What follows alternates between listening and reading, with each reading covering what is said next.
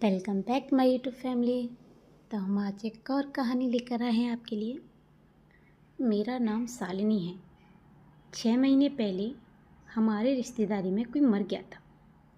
मेरे पति अपने काम में व्यस्त थे, इसलिए मुझे ही वहाँ जाना पड़ा। ट्रेन का सफ़र था और मुझे अकेले ही जाना था, इसलिए मेरे पति ने प्रथम श्रेणी एसी में मेरे लिए रिजर्वेशन करवा दिया था। रात को 11 बजे की ट्रेन थी। मुझे मेरे पति स्टेशन तक छोड़ने के लिए आए और मुझे मेरे कूप में बिठाकर टीटी से मिलने चले गए। मेरा कूप सिर्फ 2 सीटों वाला था। अभी तक दूसरी सीट पर कोई भी पैसेंजर नहीं आया था। मैंने अपना सामान सेट किया और अपने पति का इंतज़ार करने लगी। थोड़ी देर में मेरे पति वापस आ गए। उनके साथ ब्लैक कोट में एक आदमी भी आया था। वह टीटी था। उसकी उम्र करीब 25 साल थी। रंग गोरा और लंबा चौड़ा हैंडसम नवयुवक लग रहा था। मेरे पति ने उससे मेरा परिचय करवाया। वह आदमी केवल देखने में ही हैंडसम नहीं था, बल्कि बातचीत करने में भी शरीफ लग रहा था। उसने मुझसे कहा, चिंता मत कीजिए मैडम, मैं इसी कोच में हूँ। कोई भी परेशानी हो तो मुझे बता देना, मैं आ जाऊँगा। आपकी साथ वाली सीट खाली है। अगर कोई पैसेंजर आया भी तो कोई महिला ही आएगी, इसलिए आप निश्चित होकर सो सकती हैं। उसकी बातों से मुझे और मेरे साथ साथ मेरे पति को भी तसल्ली हो गई। ट्रेन चलने वाली थी, इसलिए मेरे पति ट्रेन से नीचे उतर गए। मैंने अपने पति को खिड़की में से बाय किया और फिर अपनी सीट पर आराम से बैठ गई। आज मुझे अपने पति से दूर जाने में बिल्कुल अच्छा नहीं लग रहा था। इसका कारण यह था कि मेरे पीरियड ख़त्म हुए अभी एक ही दिन बीता था, और जैसा कि सब लोग जानते हैं, ऐसे दिनों में शरीर की चाहत कितनी बढ़ जाती है। मैं अपने पति से जी भरकर प्यार करना चाहती थी, लेकिन अचानक मुझे बाहर जाना पड़ रहा था। इसी कारण से मैं मन ही मन दुखी थी। तभी कूप में वह हैंडसम टीटी आ गया और बोला, मैडम आप गेट बंद कर लीजिए, मैं कुछ देर में आता हूँ, तब आपका टिकट चेक कर लूँगा।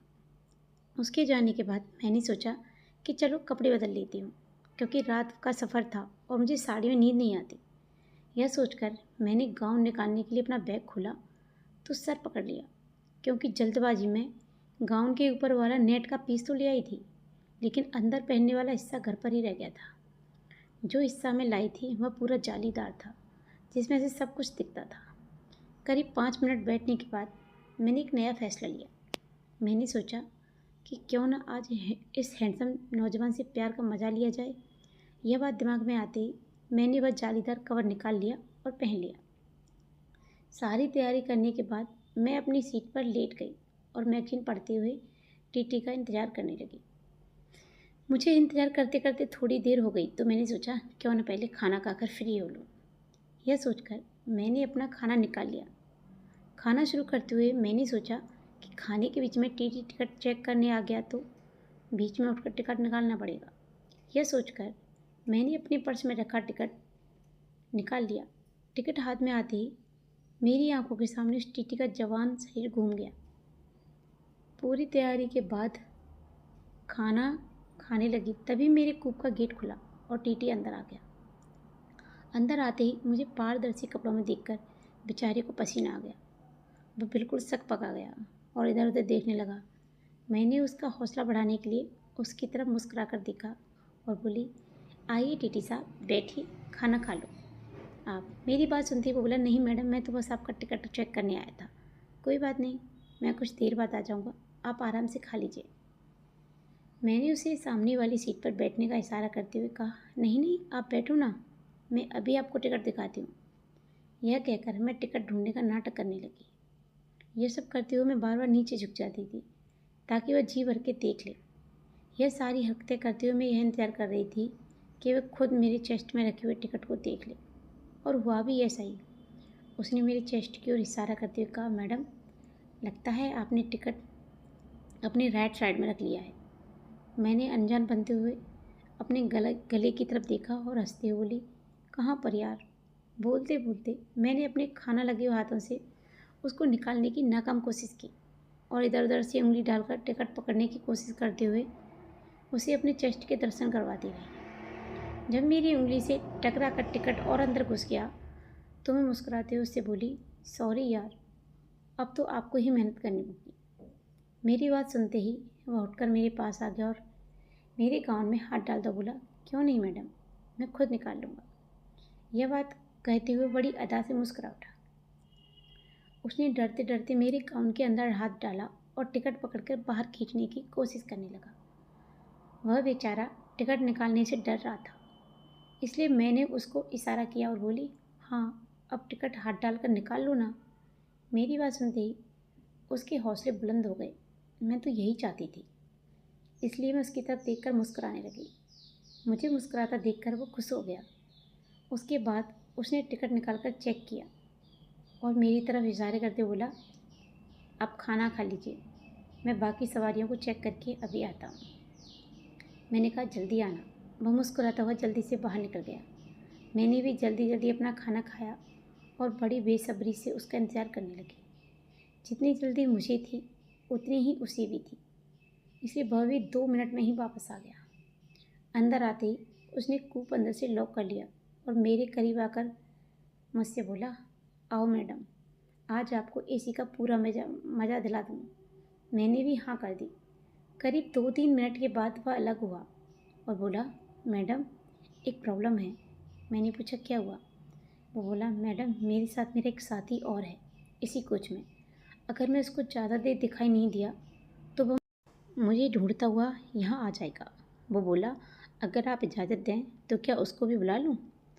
उसकी बात सुनते ही मेरी खुशी यह सोचकर दोगुनी हो गई, चलो आज बहुत दिनों बाद एक साथ 2 प्यार मिलने वाले हैं। इसलिए मैं जल्दी से बोली, हाँ बुला लो उसको भी, लेकिन ध्यान रखना किसी और को पता नहीं चलना चाहिए। जाओ जल्दी से बुला लाओ।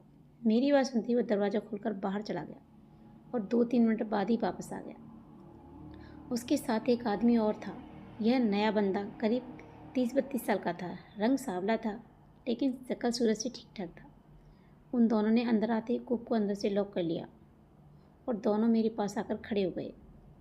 पुराने वाले टीटी, जिसका नाम मुझे अभी तक नहीं पता था, उसने अपने साथी से मुझे मिलवाया। मैडम यह मेरा दोस्त अजीत है।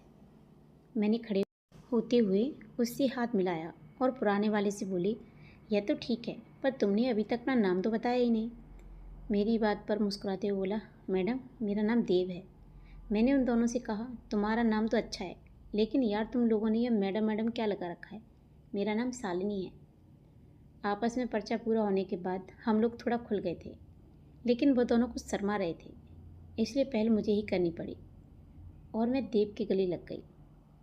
तभी अचानक कूप का दरवाज़ा खुला और 2 आदमी एक साथ अंदर आ गए। ट्रेन किसी स्टेशन पर रुकी हुई थी।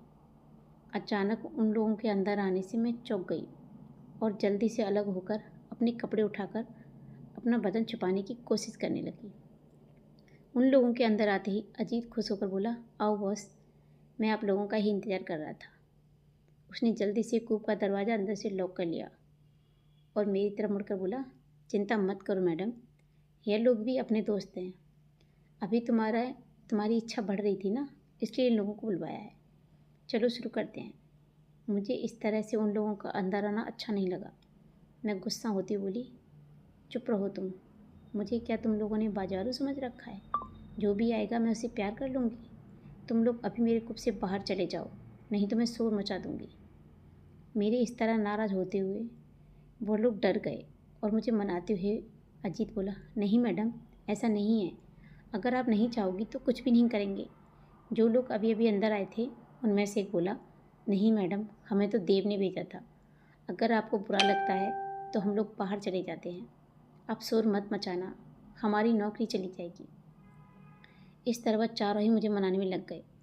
मैंने मन ही मन सोचा कि अब इन लोगों ने मुझे देख तो लिया ही है और अभी तक अपना काम भी नहीं हुआ है, सुबह तो ट्रेन से उतरकर चले ही जाना है, फिर यह लोग कौन सा कभी दोबारा मिलने वाले हैं। यह सोचकर मैंने उनको डराते हुए कहा, ठीक है, मैं तुम लोगों को केवल आधा घंटे का समय देती हूँ, तुम लोग जल्दी जल्दी अपना काम करो और यहाँ से निकल जाओ और कोई और कूप में नहीं आना चाहिए। वह चारों खुश हो गए और जी मैडम करने लगे। अजीत उन लोगों से बोला कि चलो अब मैडम का मन दोबारा से ठीक करना पड़ेगा। तो आप लोग बताएं ना कि आपको ये कहानी कैसी लगी और आपको इस कहानी से क्या सीख मिली। अगर आपको ये कहानी अच्छी लगी हो तो प्लीज़ अच्छे कमेंट करना और आप हमारे चैनल पर नए हो तो प्लीज़ हमारे चैनल को सब्सक्राइब करना, लाइक करना, शेयर करना और ऐसी कहानियों के लिए बने रहिए हमारे चैनल पर। मिलते हैं एक और वीडियो में एक और कहानी के साथ। तब तक के लिए thank you so much. Bye bye everyone. जय माता दी। राधे राधे।